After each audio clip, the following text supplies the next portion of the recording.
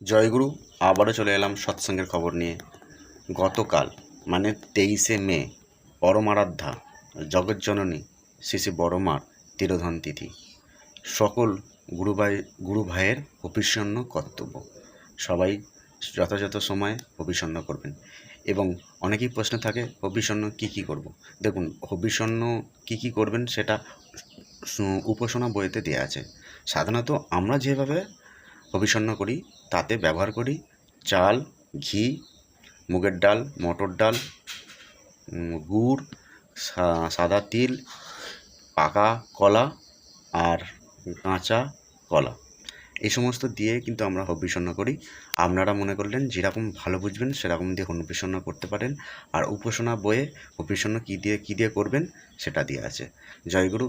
আর আমার চলার সাথে চ্যানেলে চোখ রাখুন, এই ধরনের সৎসঙ্গের খবর আপনারা পেতে থাকবেন।